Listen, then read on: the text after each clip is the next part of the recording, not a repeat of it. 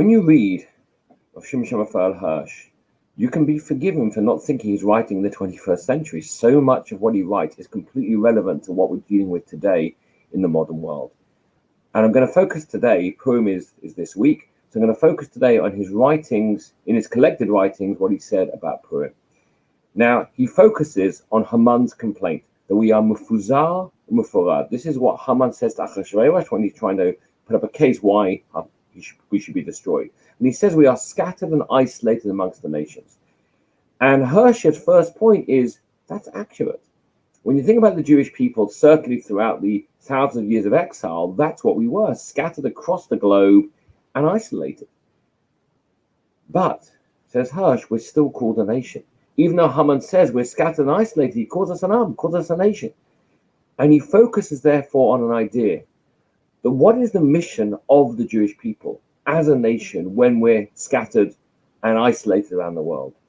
And he says the following quote. This is from his essay, Adar 3, in his collected writings. He says, he will wonder as to the mission which God ordained for them during their thousands of years of exile. He will conclude that they have been preserved solely for their lofty mission amongst mankind. There's something bigger than simply living our own lives and own communities. There's something we have to do for the world. He then points out that Haman speaks not just about the fact we're scattered and isolated, but datehem shnot mikol am, that our laws are different from every other nation, which of course Haman is saying as a criticism of us, that we are different. Hirsch says not only is he accurate, that's how we've survived, because of datehem, because of our law, because of Torah. And he talks about the idea that if Jewish law, if we hadn't had Jewish law, hadn't had halacha to govern our daily life as a Jew, we'd have disappeared centuries ago. And I've mentioned this before, that Hirsch is a big believer, even though, of course, he was a Rav of a shul and a Rav of a school. He railed against the idea that that was to be the focus of our Judaism. There was to be in the school or in the shul. He said, absolutely, the focus of a Jew is their daily life in the home. And that's really what he speaks about here. When he talks about the survival of Judaism, how it's managed to be vibrant for thousands of years, he says the following, an idea that I think is very, very relevant today. He says, if Jewish law were to be practiced only in a synagogue, Judaism would have disappeared long ago. As a religion consisting of priests and temple, with the church service as its pinnacle, Judaism would not have endured. But, he says, Torah Hashem Tmimah, the Torah, the law, encompasses all of life and elevates into one continuous divine service. The law transforms daily life into a magnificent hymn to God.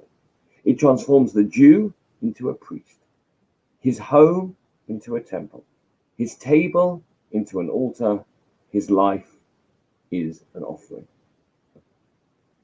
And that's a beautiful idea, that what Haman is complaining about, our datehem, that has been our survival, our tremendous strength, and really, truly, when it's lived totally, not just in one part or one place, but throughout our life and throughout our daily goings and comings. Hirsch then returns to the idea of obligations to the wider world that he began with, and the importance of three concepts. Dina de Machuta Dina, the idea that the law of the land is halacha, we have to keep what the law of the land says, as long as, of course, it doesn't go into conflict with Torah. Secondly, lo maldu malchut, that you can't rebel against the king, against the government. And, of course, the idea of Kiddush Hashem. And he finishes his essay about Purim with a glorious celebration of our contributions to the world and civilization. He says the following: where is the nation, I should say, which can rival the Jewish people in the sphere of humanitarianism? And he then links back to the idea that the Hamans of this world, the Hamans who basically have tried to wipe us out or try to destroy us throughout history, he says they're the ones, in many ways, that come to us when they need us. He says the following: the annals of mankind probably do not contain a more interesting portrayal than the discussion of small and great Hamans evaluating the public damage perpetrated by the Jew and the decided inferiority to all other peoples. At the same time, however, In every emergency and tragedy, these same Hamans make a pilgrimage to the houses and hearts of the Jews to solicit aid for private and public calamities. Thus, the faithful Jew promotes Kiddush Hashem, a glorification of God's name, by upholding the law and bringing to mankind a message of universal togetherness. Again, Hirsch stressing it's not just about the narrowness, it's about the broad nature of our existence in this world. And I think, therefore, to conclude, we have to understand that we're placed in this world not simply to observe Torah mitzvot, which of course we are, but to bring Hashem's glory to the whole world. Listen to what Hirsch ends his essay with. Haman would be surprised to learn that most of the laws which govern the world today are based on the Jewish law. During Haman's lifetime, the Jewish truths were ridiculed and mocked by the heathens.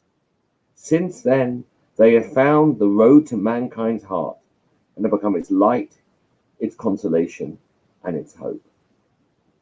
Hirsch so much saw within Purim a message of the universality of Judaism that has got to spread beyond our narrow walls, but also the fact that our ideals, Torah, has literally transformed the world. And Purim, therefore, is not simply a celebration of our victory over Haman, but in a way, our victory of our morals that have basically been injected into the world today and have brought it, hopefully, to a far better place. It's a beautiful idea of Rav Hirsch on Purim and his collective writings. See you next week.